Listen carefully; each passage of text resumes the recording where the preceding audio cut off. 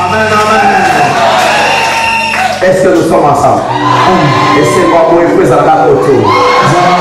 Côté pour les c'est moi pour les à la côté. Avant c'est les chagrins. Pour les alliés présélection. Il y a pas tout comme ça dans la. C'est la présélection. Les alliés présélection. On est tous au bien aimé. Et ça a une conséquence à votre rapport au monde. Amen. Que Dieu vous bénisse abondamment. Est-ce que nous allons ensemble? Amen. Je vais vous dire ceci. Oui, mais Dieu a tellement amusé ces derniers temps. Vous allez remarquer une chose. Avant, pour enterrer une personne, c'était le samedi, n'est-ce pas? Mais il est en train d'empêcher les enfants de Dieu d'aller adorer leur Dieu. Et le jour maintenant que les hommes ont choisi, c'est le dimanche. On fait sortir les corps de samedi. En fait, d'empêcher les enfants de Dieu d'aller adorer leur Dieu. Alléluia. Mais amen, amen. Est-ce que nous sommes ensemble? Nous allons lire la parole de Dieu. Le Saint-Esprit est là. Il est là, je le sens. Prenons Jean. Je demande à l'ensemble de cette élève. Nous prenons Jean. La charte pour nous pour le bateau. Jean 4.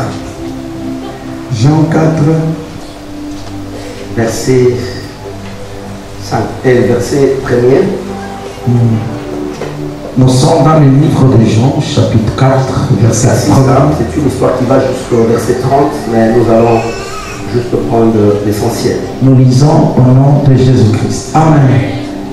Le Seigneur sut que les pharisiens avaient appris qu'il faisait et baptisait plus les disciples que Jean. Yahweh a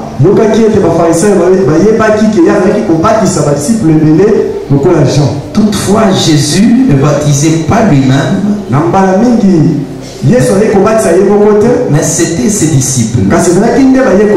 Alors il quitta la Judée et retourna en Galilée. Comme il fallait qu'il passât par la Samarie, il arriva dans une ville de Samarie nommée Sichar, près du champ que Jacob avait donné à Joseph son fils. Là se trouvait le puits de Jacob. Jésus, fatigué de voyage, était assis au bord du puits. C'était environ la 6e heure. Une femme de Samarie vint puiser de l'eau. Jésus lui dit: donne-moi à boire. Car ses disciples étaient allés à la ville pour acheter de vivres. La femme samaritaine lui dit: comment toi, qui es juif, me demandes-tu à boire, à moi qui suis une femme samaritaine? Les juifs en effet n'ont pas de relation avec les Samaritains.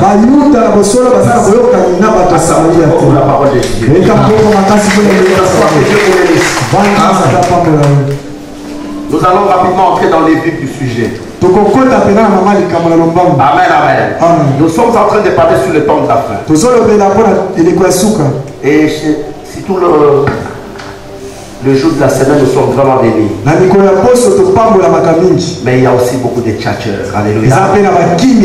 Nous savons que c'est les temps les plus difficiles de tous les âges. Ça a connu l'église de Dieu. C'est l'âge de la mort. Où nous devons savoir le message qu'il faut donner aux enfants de Dieu. Quelle est la nourriture qu'il faudra donner aux enfants de Dieu? Puisque Jésus-Christ revient bientôt. Mais je demande à l'église d'avoir l'attitude de cette 5 femmes sages qui gardaient la révélation. Bien que l'époux tardait à venir, mais elle savait au moins garder la révélation. Maintenant, aujourd'hui, nous allons parler, c'est toujours le temps de la femme, mais nous allons parler de la femme samaritaine. Amen, amen. Pose la question à ton voisin. Es-tu dans la joie? Amen, amen. Que Dieu vous bénisse abondamment. Amen. Écoutez bien les ici Jésus-Christ. Un jour il était fatigué. Il a fait beaucoup de kilomètres. Mais il est en train de poursuivre un objectif. Amen. Un objectif. La Bible dit qu'il arrive dans un village. Ce village était dans les territoires de Samarie. Et dans les territoires de Samarie, il y avait aussi une femme. Cette femme n'avait pas rendez-vous avec Jésus-Christ. Mais Jésus-Christ voulait provoquer un rendez-vous avec cette femme. Je sais que ce matin, Jésus-Christ est en train de provoquer un rendez-vous avec une personne. Amen, amen. Mais pour la petite histoire, bien aimé, je voudrais vous expliquer la Samarie. Il y avait une haine héréditaire qui régnait dans le territoire d'Israël. C'était quoi la différence entre les Israélites et les Samaritains? La Bible dit que juste après, quelques siècles après la mort de Salomon, il y a eu une déportation. On avait envahi le territoire d'Israël par l'armée assyrienne. Et on a déporté, parce que Israël comprend combien de 12 tribus? Combien? 12 tribus. Amen. Et 10 tribus a été déporté vers Babylone. Alors le territoire est resté vide. Mais en Israël, il y avait les 2 tribus qui étaient au sud qu'on n'avait pas touchées. Toutes les 12 tribus qui étaient, les 10 tribus qui étaient au nord a été déporté jusqu'à Babylone. Et il a fallu maintenant remplacer d'autres gens qui devaient occuper les territoires qui étaient vides. Est-ce que quelqu'un m'écoute, bien aimé? Alors on devait remplacer les gens. Mais les gens qu'on devait remplacer n'étaient pas des Israélites. C'était des païens qui sont venus occuper le territoire d'Israël. Alors quelques temps après, vous savez comme d'habitude, hein, les autres, c'est-à-dire les 2 tribus qui étaient là, commençaient à aimer les filles païennes. Ils ont eu des relations sexuelles. Ils ont eu même des enfants.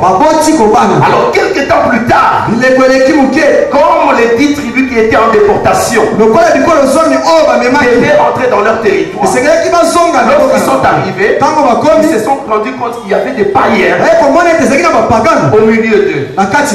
Alors ils ont cherché à cohabiter ensemble. Mais la situation était difficile parce que ces gens-là ne s'aimaient pas. Les Juifs ne pouvaient même pas traverser la Samarie parce qu'ils savaient que ces gens-là c'était des païens. Ils ont amené des cultes et des dieux étranges. Et d'une part, ces gens-là, comme ils étaient dans les territoires d'Israël, ils ont cherché à connaître les dieux d'Israël. Ils priaient aussi ces dieux-là. Mais dans l'entretemps, ils avaient aussi la doctrine des judaïstes. Ils ont cherché à mélanger les 2 doctrines. Ce sont des gens qui ne se connaissaient pas comment adorer les dieux d'Israël. Alors ces gens-là ne s'aimaient pas. Est-ce que nous sommes ensemble? Même les prêtres prêchaient en disant: vous touchez les histoires des Samaritains, ce sont des histoires déjà impures. Israël ne peut pas toucher aux histoires des Samaritains. La Bible dit qu'un jour, parce que vous savez, les Israélites, comment ils faisaient? Pour aller, je donne un exemple, pour aller chez notre voisin ici, le chemin est court.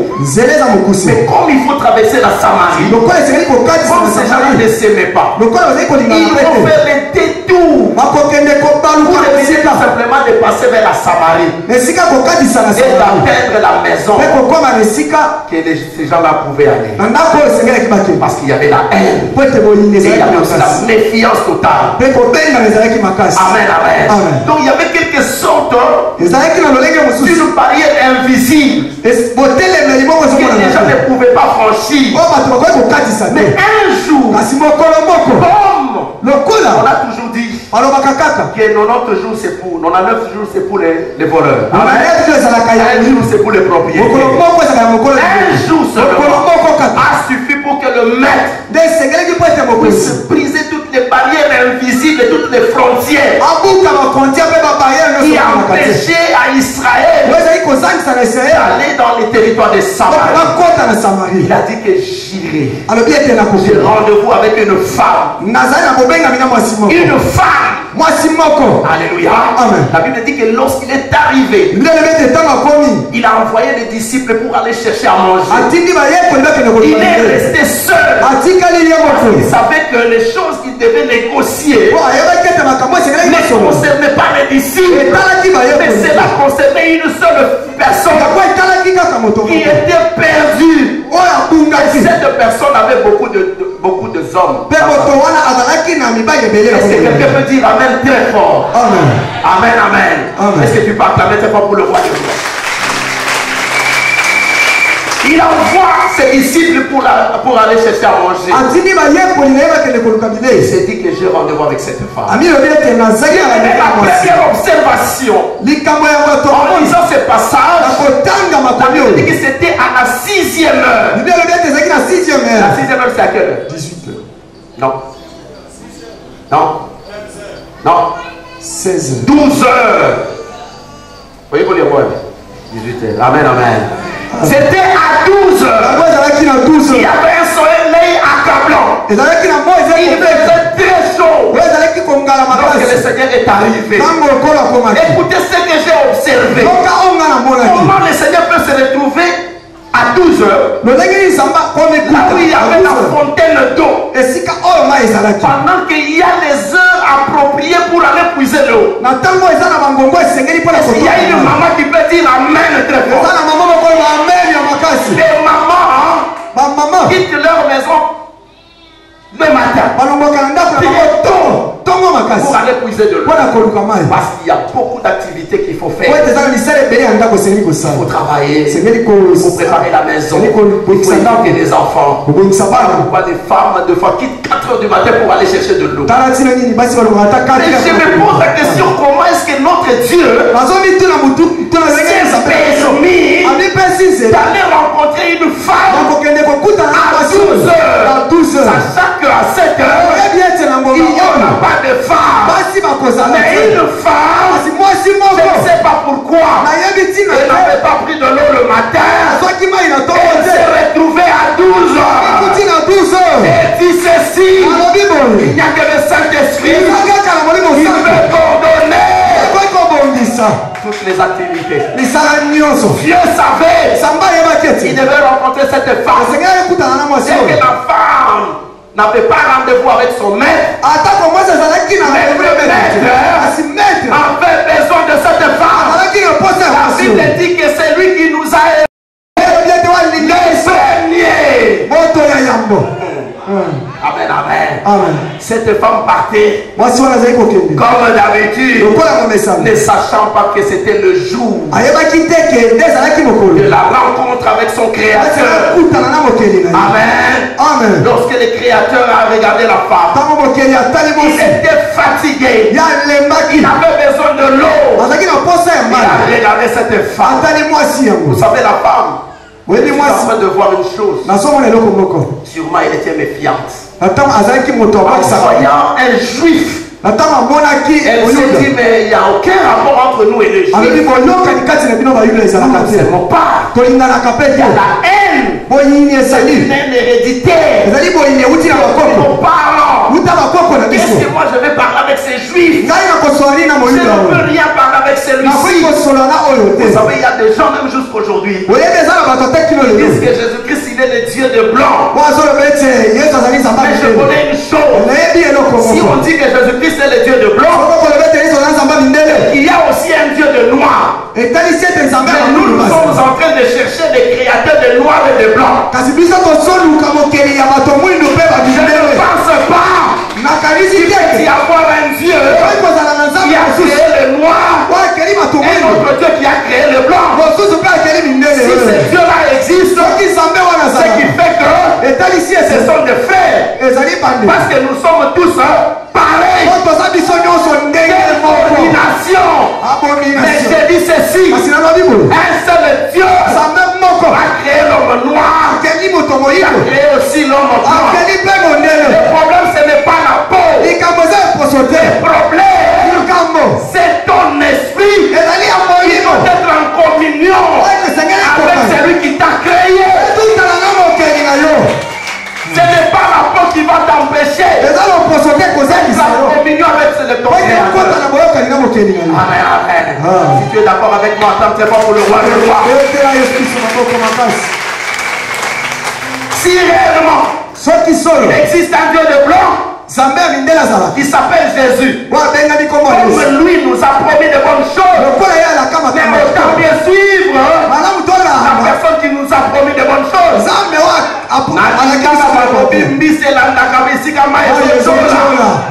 Amen, amen. Amen. Si tu es d'accord avec moi, dis amen. Amen. Amen jusqu'à fatiguer. Amen.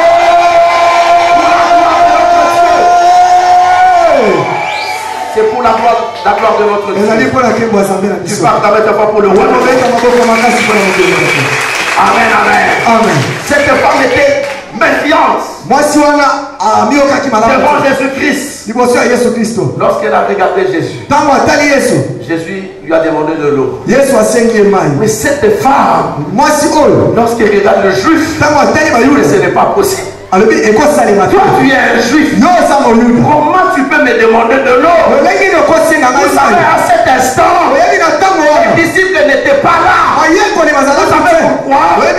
Parce que la femme représente les nations. Lorsque Dieu a choisi les nations, il n'avait pas besoin d'autres gens pour des conseils.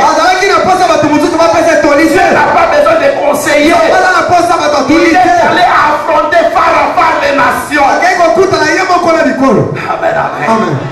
Lorsqu'il a regardé la femme, il lui a posé la question, je peux avoir de l'eau. Il dit, mais quel rapport y a-t-il entre toi et moi? Toi, tu es un juif, mais tu me demandes de l'eau. Toi, tu ne peux pas me demander de l'eau. Amen. Jésus est en train de regarder la femme. Vous savez, Jésus-Christ, je me pose la question. Il avait besoin de l'eau. Il s'est retrouvé devant la fontaine. Il n'avait pas quelque chose pour puiser de l'eau. Mais j'ai dit ce jour-là, c'était une rencontre entre Dieu et les nations. C'était une rencontre entre cette femme qui était prostituée pour que Dieu puisse la nettoyer et la rendre pure.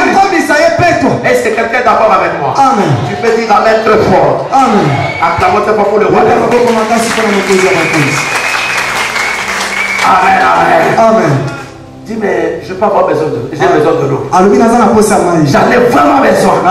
Il est 12 heures. Il fait très chaud. La femme lui dit, moi je ne peux pas te donner de l'eau. Toi, tu es un juif. Jésus-Christ lui dit, si tu connaissais le don de Dieu, si tu connaissais celui qui te demande de l'eau, en réalité c'est toi qui devais lui demander de l'eau. Parce que l'eau que tu es en train de puiser, quand tu bois cette eau, tu auras toujours soif. Mais la personne qui est devant toi, lorsqu'elle te donne de l'eau, tu n'auras plus soif. La femme qui dit ce n'est pas vrai. Qu'est-ce que je suis en train d'écouter ici? Amen, amen. La femme, elle était stupéfaite. C'est monsieur. Il lui pose la question. Es-tu grand plus que notre père Jacob? Mais je dis ceci à l'église de journal. Avant que Jacob existe, Jésus-Christ a existé.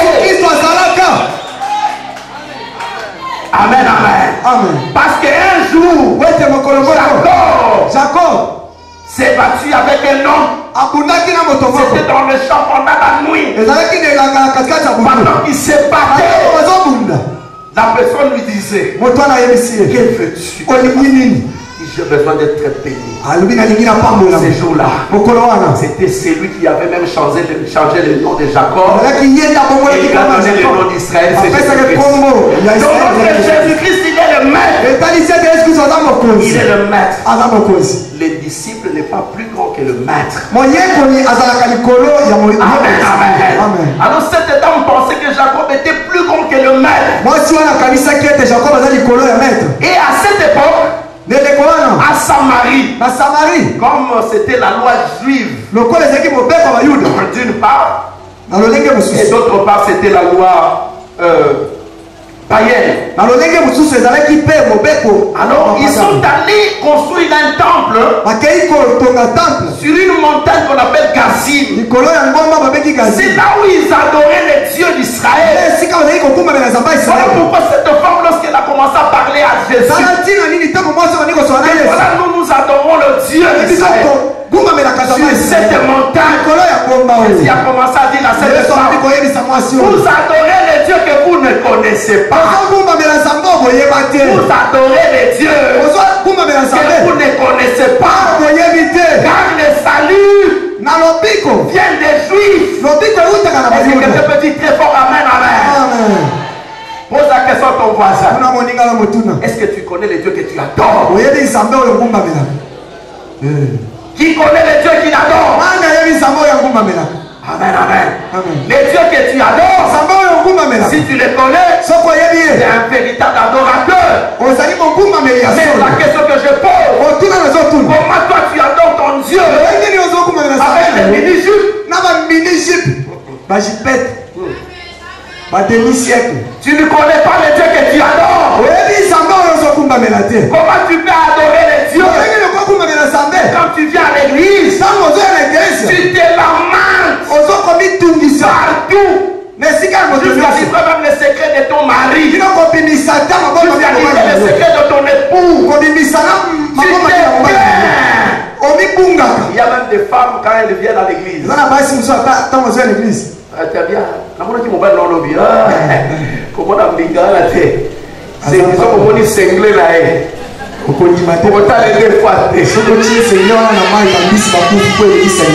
Alléluia. Faisons attention. Tout ça l'effort, tout ce qu'on va cingler. Amen, amen. Est-ce que nous sommes ensemble? Amen. Au monde de l'émotion, on est en la tête. Peut-être que tu as dit, ah, ça qui vient d'habiller. Libanda ezakatite. Sengle wana zana bosoto soko tena mai babisi bakufa. Libanda ezakatite. Mobana na soka badi ko menelo petit à quartier. Jusqu'à fatigué. Akobo sala poto azui ba de bos publinga na ba cousine na ngana ba nani na ba nani. Alléluia. Amen. Tu es en train de livrer ton mari. Vous allez côté kamobani na yo. Dans la vie il faut avoir la discrétion. Na bon esengeli kozala na. Il faut savoir garder les secrets de la maison. Esengeli ko bomba makambo. On peut vous déstabiliser à partir de votre secret. Est-ce que quelqu'un est d'accord avec moi? Amen. Est-ce que tu peux acclamer très fort pour le roi? Amen, amen. Amen. Je vais un peu très vite, bien aimé. C'est une histoire qui risque de nous prendre beaucoup de temps. Mais je vais prendre juste quelques termes, mots essentiels. Écoutez, bien aimé. Le problème avec Jésus-Christ. Maintenant, la question que je pose, il avait besoin de l'eau. Mais quand il a commencé à dire à la femme, l'eau que moi je possède, si je te donne cette eau, tu n'auras plus soif. Mais l'eau que moi je suis en train de te demander, si j'en prends, j'aurai encore soif. Non, parce que vous adorez les dieux que vous ne connaissez pas. Mais nous connaissons les dieux que nous adorons. Parce qu'à cette époque, il y avait une loi que tout le monde devait aller en Jérusalem pour aller adorer les dieux d'Israël. Alors ces gens-là ont construit un temple sur le mont Gazim. Ils ont commencé à adorer. Donc pendant des siècles et des siècles, pendant beaucoup de temps, mais ils adoraient quelqu'un. Vous ne connaissez connaissais pas. Tu as adoré pendant beaucoup d'années. Pendant des années, des années. Connais-tu les dieux que tu adores? Parce que ces gens-là, ils nous ont appris de leur père. Un jour, j'étais en train de parler à une grande personnalité. Il me dit, mais nous avons des valeurs chrétiennes. Je voulais savoir découvrir cette valeur chrétienne. Quelle est cette valeur chrétienne? Je dis non, nous, nos parents étaient des chrétiens. Amen, amen. Voilà pourquoi moi aussi aujourd'hui, moi, mes enfants, nous sommes des chrétiens. Alors quand je regarde la vie de cet homme, la vie, c'est-à-dire sa vie privée et la vie du christianisme, le jour et la nuit, l'incompatibilité totale. Mais chaque dimanche il va à l'église. Chaque jour, ils ont un programme de prière à l'église, il est là. Je comprends ici qu'on veut être ici à l'église. Écouter la parole de Dieu. Aller à la montagne, prier Dieu.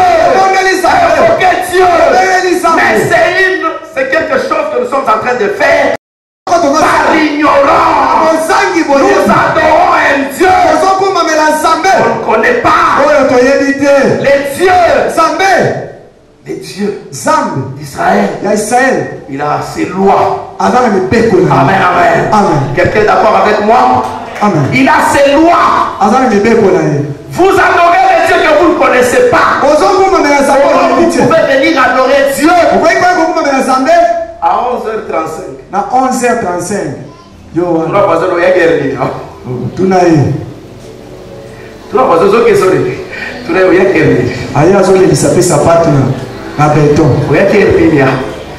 Mais parfois, nous avons un procès avec notre Dieu. Nous lamentons en disant que non, ça fait beaucoup de temps. Ça fait beaucoup. Parfois on est fatigué dans la foi. Amen, amen. Mais le problème, la question que je viens de poser ce matin, peut-être cette question concerne une seule personne. Est-ce que connais-tu les dieux que tu adores? Quel est le Dieu que tu adores? Cette femme pensait adorer le Dieu véritable. Mais Jésus lui a dit non. Trompe-toi.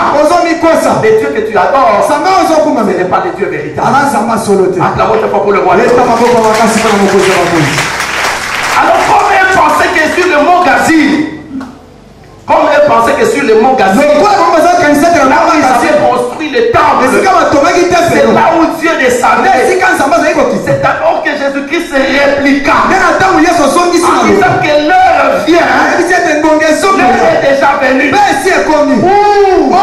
vous n'avez plus adoré sur le mont Gazim, vous n'avez plus adoré à Jérusalem, vous n'avez plus adoré à la montagne. Les vrais adorateurs adoreront le Père en vérité, en esprit et en vérité. Notre Dieu est esprit. Pour que tu l'adores, tu dois être aussi esprit. Naître de nouveau. Tu dois naître de nouveau pour adorer ton Père qui est esprit. Si tu es encore en chair, la chair doit disparaître, le vieux homme doit disparaître, afin que le nouvel homme doit apparaître. C'est cet homme qui va adorer le Dieu en vérité et en esprit. Amen, amen. Écoutez bien aimé, ce que j'ai aimé dans cette discussion, le Seigneur avait besoin de montrer quelques révélations à cette femme. La femme, comme elle voulait avoir quelques révélations, Jésus lui répondit, verset 13. Non, je vais directement verset 15. La femme lui dit, Seigneur, donne-moi cette eau, afin que je n'ai plus soif soif. Et que je ne vienne plus puiser ici. Alors, elle a demandé cette eau. Parce qu'elle a entendu que cet homme possédait de l'eau intarissable. Si vous en prenez, vous n'aurez plus soif. Alors, il n'a pas besoin de cette eau. Le Seigneur voulait lui montrer quelques révélations. Il a posé la question. Va, je ne peux pas te montrer cette révélation. Seul, va me chercher ton mari. Alors la femme dit à Jésus, je n'ai point de mari. Jésus était content. Il a dit, je sais, tu es en train de parler la vérité. Mais tu avais 5 hommes. Tu avais 5 hommes. Même l'homme que tu es avec, c'est-à-dire les 6e. Ce sont les hommes d'autrui. Amen. Tu n'es qu'une prostituée. Mais le problème avec Jésus, dit à la femme, va me chercher ton mari. Parce que cette révélation, je vais montrer la révélation à ton mari. Lorsqu'elle a accepté qu'elle n'avait pas de mari, elle n'était pas mariée. Elle ne savait pas que le 7e mari, c'était celui qui était devant elle. Amen, amen. Le 7e mari, c'était Jésus-Christ. Parce que lorsqu'elle a dit, je n'ai point de mari, Jésus-Christ voulait lui dire, à partir d'aujourd'hui, je vais t'enseigner les desseins de Dieu. C'est moi maintenant ton nouveau mari. Est-ce que quelqu'un peut acclamer tes propos de gloire? Vous savez bien aimé, en Israël, parler publiquement à une femme, c'était difficile. Mais Jésus-Christ s'est permis de parler à cette femme publiquement. Et les deux, ils étaient qu'à deux. Prophète Nicolo, si tu es église à l'héros, déjà ça me s'est pas dans le prophète dans moi. Amen, amen. Maman, alléluia. Amen. Natuni boye. Maman, alléluia. Natuni boye. Mon bali na moi c'est pas pour solo de.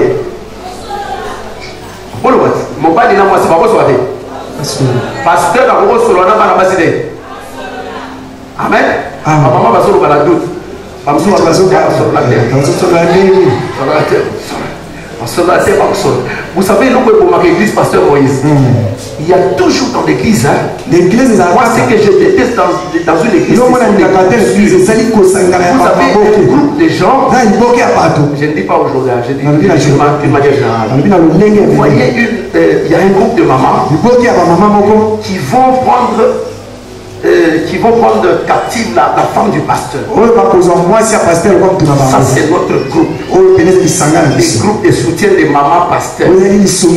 Maman pasteur n'a aucun rôle à jouer au sein de l'église si ce n'est que d'aider son mari dans son ministère. Mais il y a des mamans qui cherchent à donner la place du maman pasteur au sein de l'église. Et ce sont ces mamans-là qui entourent toujours la maman pasteur. Et entre-temps, quels sont les conseils que ces mamans donnent à la maman pasteur?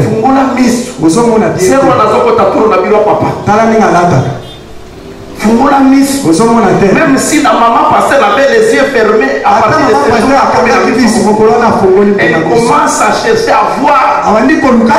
Comme un pasteur me disait, chaque fois qu'elle recevait les sœurs, vous entrez brusquement. Lorsqu'elle a ouvre la porte, il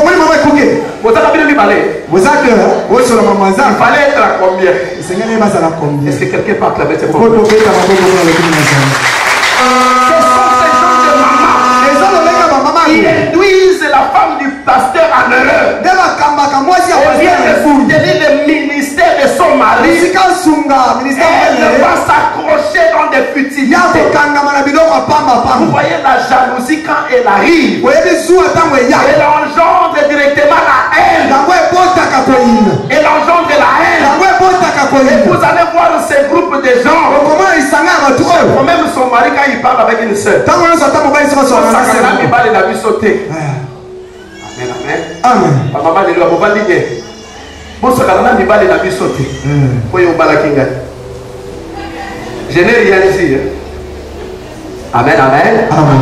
Est-ce que nous sommes ensemble? Amen. Et vous avez des gens. Dans cette église, il y a des gens qui sont devenus réticents. Ne sachant par qui approcher. Jean-Paul, la femme de Jean-Paul va s'énerver. Si vous approchez Moïse, c'est la femme de Moïse qui va s'énerver. Si la femme de Moïse n'est pas présente, elle va recevoir des coups de téléphone par une maman de l'église. Maman Esther.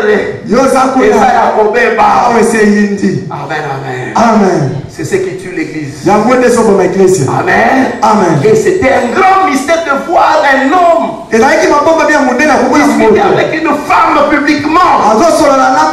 Parce qu'il y avait cette muraille religieuse. Une muraille religieuse. Parce que les gens adoraient leur Dieu à Jérusalem. Les gens adoraient leur Dieu à Samarie.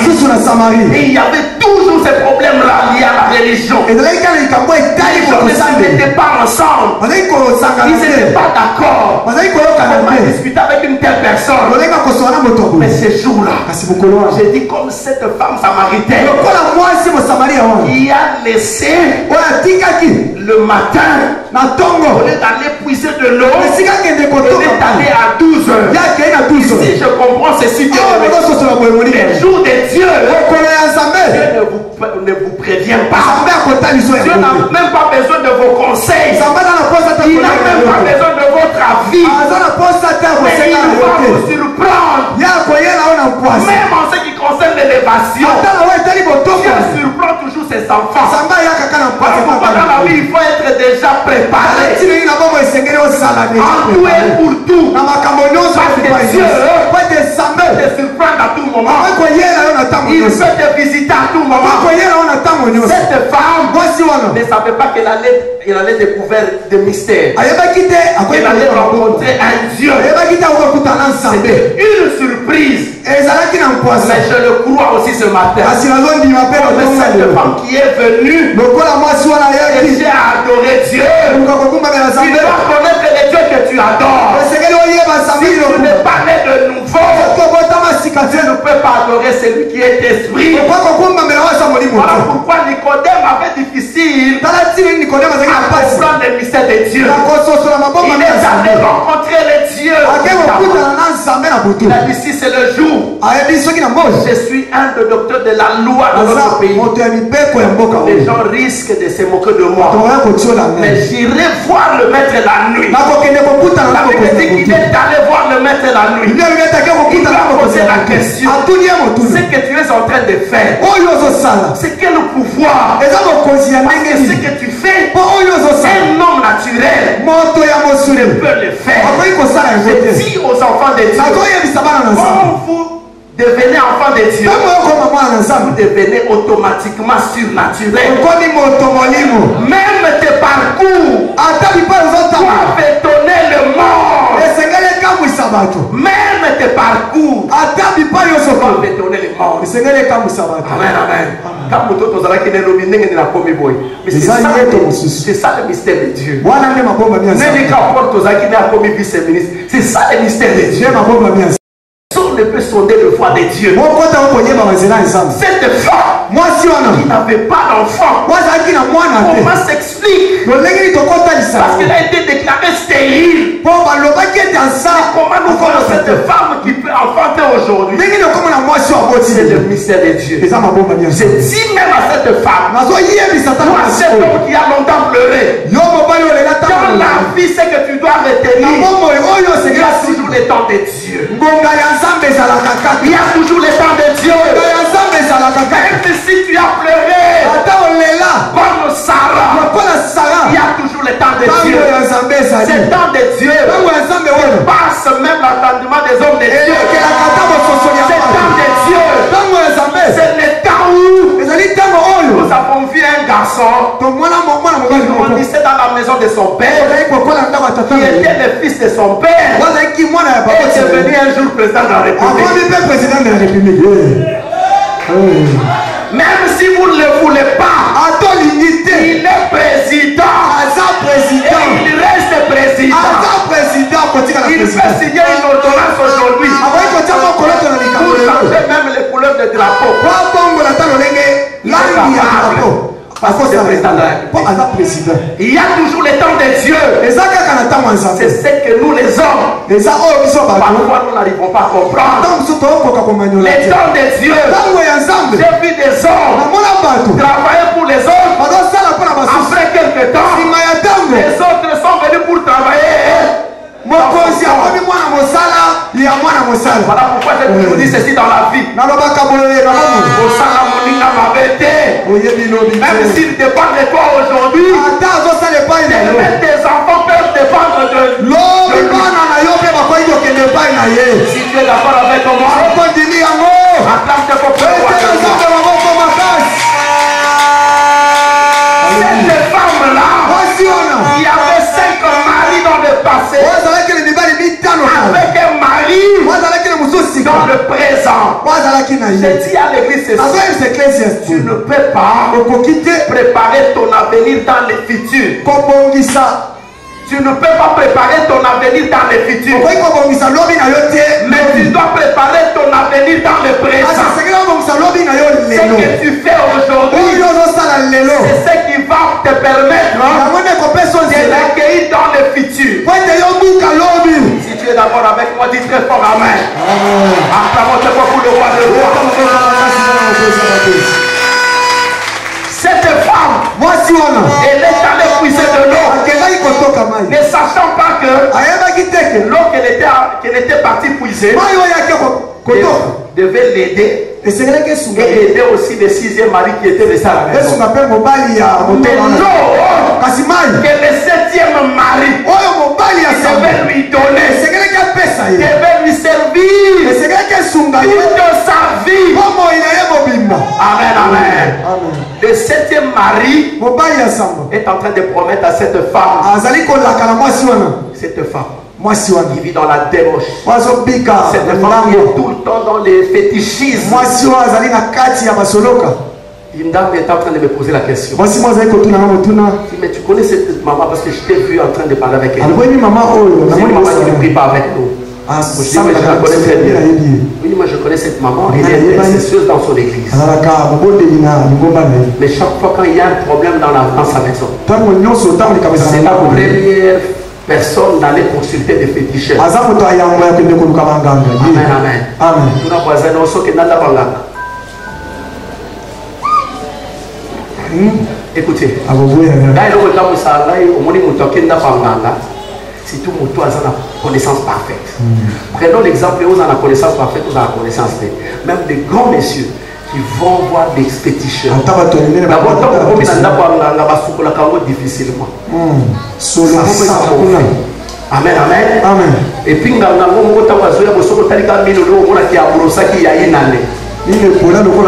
les féticheurs te parlent, tu sens une odeur nauséabonde. Et déjà dans la condition là, tu acceptes quand même qu'il peut te donner quelque chose de bien. Oui, parfois,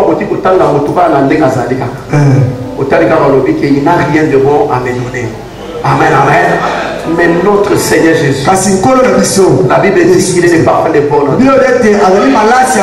Je sais qu'il y a des hommes et des femmes ce matin qui ont consacré leur vie, qui vivent dans le peine, qui vivent dans des problèmes, mais se sentent mal à l'aise d'aller consulter d'autres dieux. Cette femme qui n'était pas considérée, simplement parce qu'elle vivait dans la débauche, mais c'est à partir de cette femme que la gloire devait entrer en Samarie. S'il y a une personne ce matin, toi qu'on a rejeté, mais c'est au travers de toi que la gloire de Dieu va se manifester. Toi qu'on a dédaigné, toi qu'on a fait pleurer,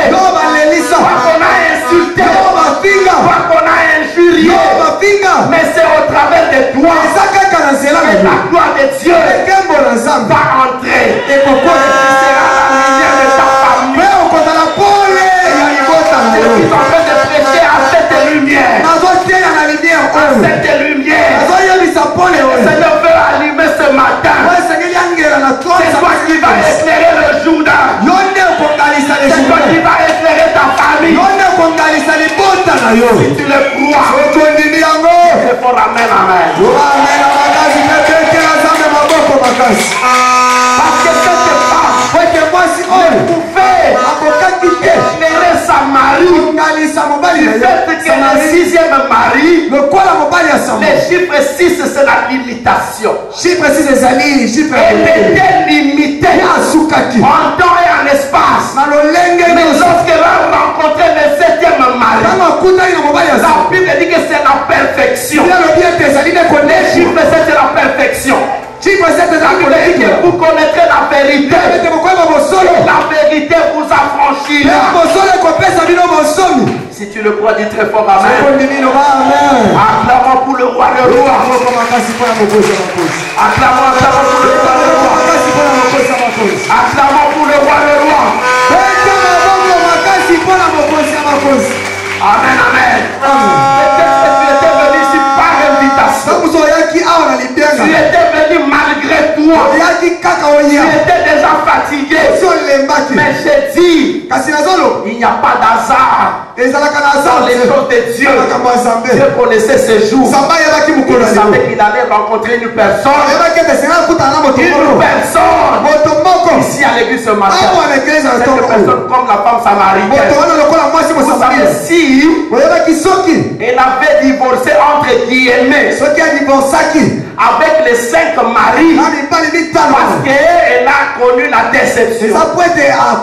Mais la garantie du 7e mari n'est pas suivie d'un chagrin ou d'une déception. Quand Dieu t'appelle et que tu l'écoutes attentivement et tu fais ce qu'il te demande de faire, tu ne seras jamais confus, tu ne seras jamais déçu. Mais on est déçu quand on ne sait pas interpréter la voix de Dieu, quand on ne sait pas écouter convenablement la voix de Dieu. C'est alors que nous allons précipitamment et nous rentrons avec des déceptions. Est-ce que quelqu'un peut dire amen très fort? Amen. Et il acclame très fort pour le roi de roi. Écoutez bien, la Bible dit, cette femme en écoutant cette parole, elle a dit non. Elle avait sa cruche entre ses mains. Elle a abandonné la cruche. Elle est allée dans les villages. Elle a écouté un homme. Il est en train de parler des mystères. Elle a parlé de ma vie. Amen, amen. Est-ce que nous sommes ensemble? Amen. Écoutez bien, la femme est allée, elle a commencé à prêcher. Maintenant, ces hommes sont venus écouter la personne qui parlait. Amen. Lorsqu'ils ont commencé à écouter cette personne, les hommes, regardez comment est-ce qu'ils ont répondu à la femme. Nous n'avons plus besoin que tu nous parles. Nous-mêmes, nous avons besoin d'entendre ce qui sort de la bouche de cet homme. C'est pour dire que toi, la femme, tu ne peux pas nous prêcher. Écoutez ce que la parole de Dieu dit. Comme la pluie et la neige descendent et ne peuvent pas retourner sans arroser ni féconder la terre. Comme ici, la pluie, c'est la sémence. C'est la sémence. La terre, elle est comme l'homme. La terre, c'est la femme. La terre, c'est la femme. Donc, l'homme, Dieu ne peut pas se contredire. Le porteur de la sémence, c'est l'homme. Parce que lorsque l'homme, la pluie tombe, c'est pour arroser et féconder la terre. C'est à ce moment-là que nous allons voir des jeunes plantes. Et quelques temps après, nous allons voir des fruits. Écoutez maintenant, la femme ne peut pas porter en elle la sémence. Voilà pourquoi ces hommes ont dit à la femme, tu ne peux pas nous prêter, tu n'es pas porteuse de la sémence. Papa, est-ce que tu peux bien l'expliquer? Vous avez un retard trop. Amen. Est-ce que quelqu'un m'entend? Écoutez, je reprends. La Bible dit, la pluie c'est une sémence. Elle descend pour arroser la terre et féconder la terre. C'est ça la joie des Dieu. La terre ne peut pas faire le travail de la pluie. La pluie c'est la sémence. Cela veut dire que la pluie est porteuse de la sémence. L'homme est porteur de la sémence. C'est l'homme qui va féconder la femme pour avoir la vie. Si vous faites les contraires, vous allez avoir quoi? Maman, alléluia. Amen. Au lieu que l'homme va féconder la femme pour avoir l'enfant, mais c'est la femme qui cherche à féconder l'homme. C'est la mort qui va arriver. Amen. Donc cela veut dire quoi? Dieu ne peut pas se contredire. Ne peut pas accepter, ne peut pas donner le droit à la femme de prêcher. Parce que la femme n'est pas porteuse de la sémence. Si la femme prêche, la sémence qu'elle va s'appelle la confusion et la mort. Amen, amen. C'était ça la réalité. Vous ne pouvez pas vous dire ce que nous devons faire. Parce que celui-là, c'est lui qui convient. Celui-là, c'est qui? Le porteur de la sémence. Amen, amen. Est-ce que nous pouvons acclamer tes fois pour le roi de roi? Est-ce que tu peux acclamer tes fois pour le roi de roi? Est-ce que tu peux acclamer tes fois pour le roi de roi? Amen, amen. Une femme m'avait posé la question. Tu es mécontent, pardon. Pasteur aussi. Hein? Voilà le bien de qui m'a cassé. Amen. C'est vrai. Et ça fait quoi? Est-ce que tu peux acclamer cette fois? La zone va la Kiyom. Madame va dire Kiyom. Moi, je l'avais expliqué madame. Alléluia. J'ai même donné l'exemple de l'homme. Amen. Est-ce que moi, ce qui va balader dans mon lingane, moi, c'est pas encore bon. Pardon? On en a très bien. Nani a la sémence. Moi, ça la sémence. Amen. Cela veut dire quoi? Quand je suis l'image de Jésus en tant que l'homme. Toi, tu es l'image de l'épouse. Quand je prêche, ça dit je donne la sémence. Et quand je donne la sémence, nous allons voir le fruit, qui sont les fruits de l'esprit, l'amour, la joie, tous ces fruits-là. Amen. Parce que je suis porteur de la sémence. Je porte la parole de Dieu comme sémence. Donc je donne à l'épouse, aura des fruits, ça dit les enfants. Mais si c'est la femme qui monte ici, elle représente l'église. Elle, c'est la femme. Elle représente l'église. Ce n'est pas l'image de Jésus. L'image de Jésus, c'est l'homme. Quand elle prêche, elle va donner quelle sémence à l'épouse qui est assise.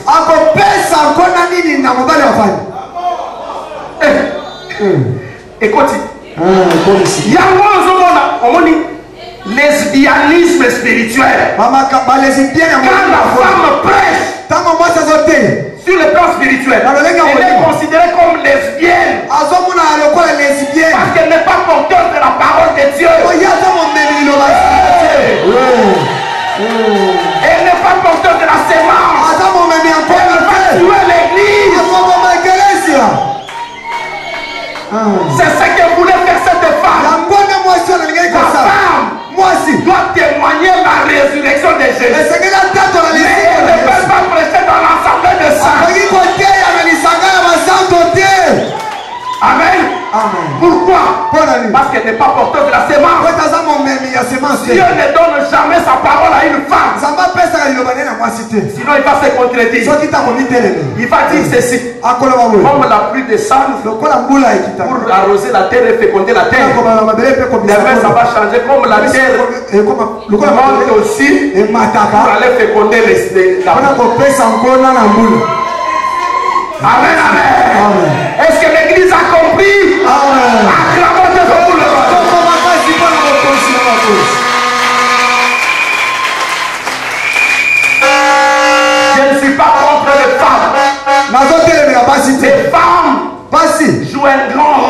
au sein de l'église. C'est le témoignage de Jésus-Christ. Et non prêcher dans l'ensemble de ça. Écoutez. Marie de Magdala. Elle a vu la résurrection de Jésus. Elle est allée. Judas était déjà parti. On voulait maintenant remplacer les 12e. Marie était là, non? Marie était là. Pourquoi on a dit? Pourquoi on n'a pas dit qu'il faut prendre Marie de Magdala? J'ai dit. Pourquoi on n'avait pas pris Marie de Magdala? Parce qu'elle était toujours à côté de Jésus. Pourquoi on n'avait pas pris Marie de Magdala?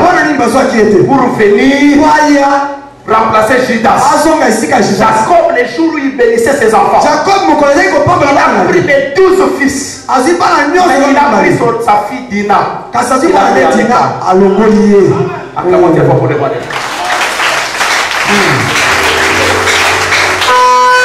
J'ai dit ceci. La gloire des dieux est entrée au travers de l'église de Dieu. Cette église qui est la femme samaritaine. Lève-toi là où tu es. Lève-toi, lève-toi, lève-toi. Amen, amen. Amen.